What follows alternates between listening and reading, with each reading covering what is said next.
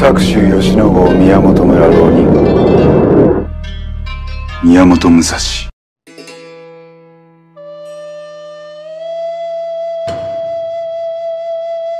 Miyamoto Musashi adalah pendekar samurai terhebat sepanjang sejarah Jepang. Diriwayatkan bahwa Miyamoto pernah melalui duel sebanyak 61 kali tak terkalahkan dan memulai pertarungan pertamanya di usia yang ke-13 melawan seorang samurai berpengalaman dan dia menang. Dia terkenal unik saat itu karena hanya dialah yang memakai 2 pedang saat bertarung.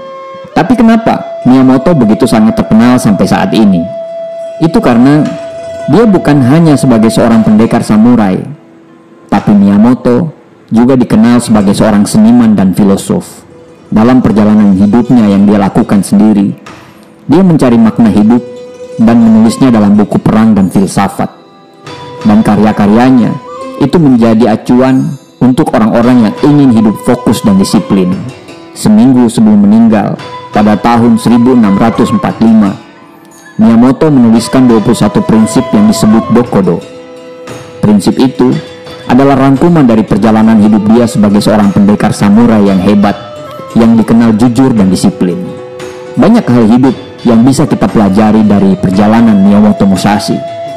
Tapi di video kali ini, izinkan saya untuk belajar bagaimana disiplinnya seorang Miyamoto sehingga dia menjadi seorang manusia yang bebas, sangat dihargai, dihormati dan disegani. Karena memang di era sekarang ini banyak orang hebat tapi tidak bisa berbuat apa-apa karena kurangnya disiplin diri. Semoga dengan adanya video ini bisa membantu Anda untuk menemukan diri Anda dengan versi yang paling disiplin yang Anda punya. Ada 4 ajaran Miyamoto tentang kedisiplinan. Yang pertama, ada harga yang harus dibayar. Miyamoto mengatakan, jangan mencari kesenangan demi diri sendiri. Pada tahun-tahun akhir di abad 16, Miyamoto yang menjalankan misi sebagai seorang pendekar pedang terhebat, dia berkelana dan bahkan tinggal di tempat yang paling gelap dan paling menakutkan. Tidak mengherankan jika seseorang bertemu dengannya di tengah hutan dalam sepinya malam dan hanya ditemani oleh pedangnya. Miyamoto tahu bahwa kehebatan ada harganya dan dia harus membayarnya, tidak peduli seberapa mahal harga kehebatan tersebut. Sejak usia muda, dia mengorbankan semua keinginan dan semua kenyamanan. Dia fokus pada apa yang dia inginkan dan tetap setia pada jalan yang dia pilih. Dia berpendapat bahwa rumah yang nyaman, makan yang enak, dan semua harta benda akan mengganggu dia untuk mengejar keinginan menjadi seorang pendekar pedang nomor 1. Saat ini, di dunia ini, selalu menggoda kita dengan banyak kesenangan bagi orang-orang. Akan tetapi, banyak yang tidak punya nilai. Dan menurut banyak orang hebat dalam sejarah umat manusia, hidup yang memiliki makna adalah hal sebenarnya yang bisa membuat kita bahagia. Di era sekarang ini, kita gampang sekali mengakses kesenangan dan kebahagiaan yang semu. Bahkan, ada sebagian orang sudah di level kecanduan. Kita hanya perlu mengeluarkan ponsel dari kantong kita dan semua kesenangan ada di situ. Kita bisa beli barang yang kita inginkan hanya dengan 1 klik. Kita bisa menonton semua yang kita mau tiap hari. Kita bukannya makin lepas, justru makin kesini makin kecanduan. Miyamoto berhasil menemukan makna dengan melawan kesenangan-kesenangan semu dengan prinsip habiskan waktu untuk hal-hal yang berguna pada saat yang tepat. Dia tahu untuk mencapai hal-hal gampang di masa yang akan datang, dia hanya perlu melakukan hal-hal sulit di masa sekarang. Tapi kalau dia melakukan hal-hal gampang di masa sekarang, bersiaplah untuk menjalani kehidupan yang sulit di masa yang akan datang. Yang kedua, fokus pada satu bidang. Miyamoto berkata, berlatihlah dengan kesadaran pada satu cara, maka Anda akan mengetahuinya 1000. Fokus pada satu hal dan perluas wawasan Anda di dalamnya. Miyamoto mendedikasikan hidupnya untuk menjadi seorang master pedang nomor 1 di Jepang. Ketika dia muda, dia berlatih dari senja hingga terbitnya fajar. Dia berlatih dengan tekun dan selalu mendorong dia untuk melampaui batasan-batasan. Bahkan, dia meninggalkan kampung halamannya saat dia masih berusia 15 atau 16 tahun untuk berkelilingi negara dan belajar dari master-master pedang terbaik dan untuk menantang petarung-petarung yang memiliki reputasi untuk berduel. Sebuah pencarian yang luar biasa tidak akan pernah membuat dia gagal dan kalah. Miyamoto tidak takut pada siapapun. Kegilaannya tidak ada bandingannya. Keterampilannya juga tidak ada duanya. Metodenya sangat dikenal dan ditakuti. Dan meskipun Miyamoto hanya mempelajari satu seni pedang saja, dia tahu bagaimana mengekspresikan ribuan cara di dalamnya. Saat ini, kita hidup di dunia di mana kita dihujani dengan kemungkinan dan peluang yang tak terhitung jumlahnya. Itu adalah sesuatu yang harus kita hargai dan akui. Jadi, mungkin orang berpikir bahwa cepat atau lambat dia akan menemukan peluang yang tepat, selaras dengan aspirasi dan jalannya sendiri. Dan pada akhirnya, semua orang akan terpenuhi untuk mencapai impiannya. Tetapi, kenyataan untuk menemukan peluang tidak semudah itu. Karena begitu banyaknya peluang di depan mata, justru kita bingung untuk memutuskan. Banyak orang berpikir bahwa mereka bisa menjadi ahli dalam semua hal, sehingga mereka melompat dari satu bidang ke bidang yang lainnya. Tetapi, mereka tidak memiliki kesabaran untuk fokus untuk mencapai tingkat pemahaman yang mendalam pada bidang tersebut. Dan pada akhirnya, mereka meninggalkan bidang tersebut dan berpindah ke bidang yang lainnya. Mereka menjadi depresi, dan mereka bertanya-tanya, kenapa mereka tidak pernah mencapai level yang mereka inginkan? Dan saat itu, mereka mulai berpindah ke bidang yang lainnya.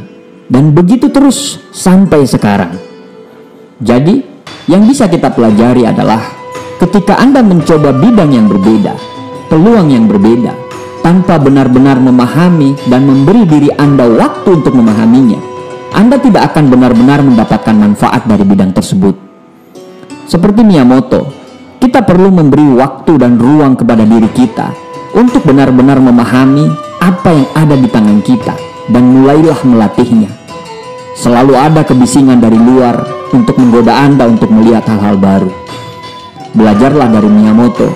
Dia hanya fokus untuk menguasai pedang saja, dan dia tidak tergoda untuk menguasai alat perang yang lainnya.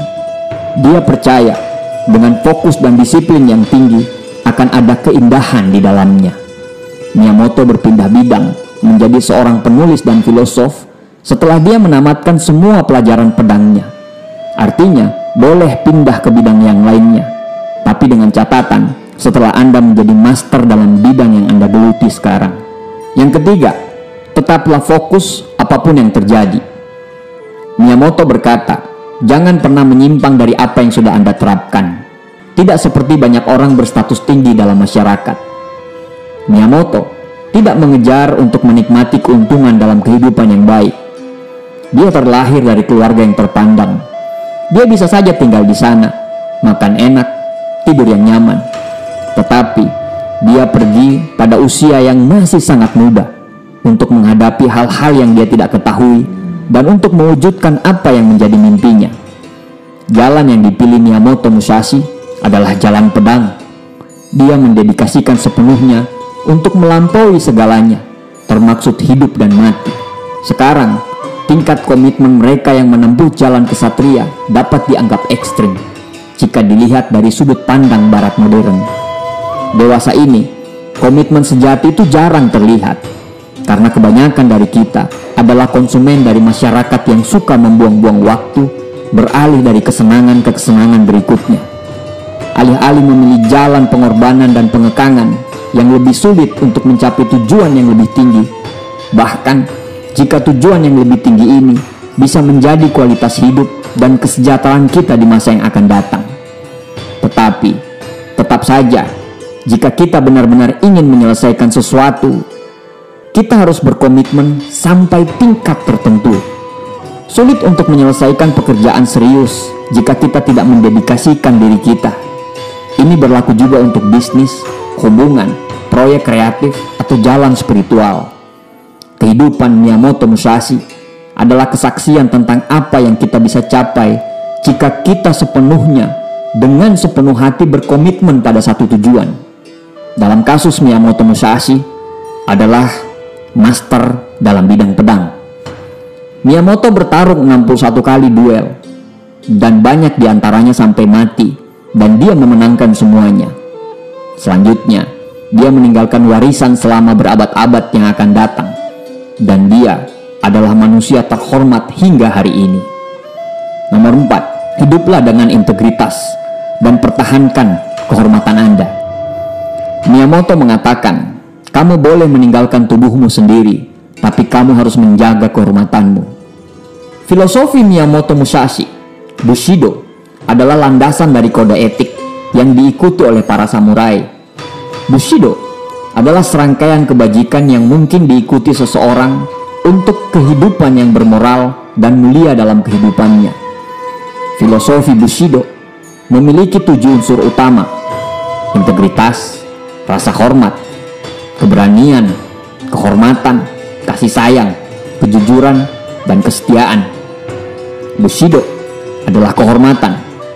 Kehormatan adalah perekat di antara semua kebaikan. Kehormatan adalah harga diri, dan ketika Anda menghargai diri Anda membawa diri Anda dengan kejujuran dan integritas. Kehormatan adalah membela apa yang benar. Jika Anda berada dalam situasi seperti ini, Anda tidak menghindar, malah sebaliknya, bertindaklah dengan berani. Kehormatan berarti tidak menginjak-injak orang yang lemah.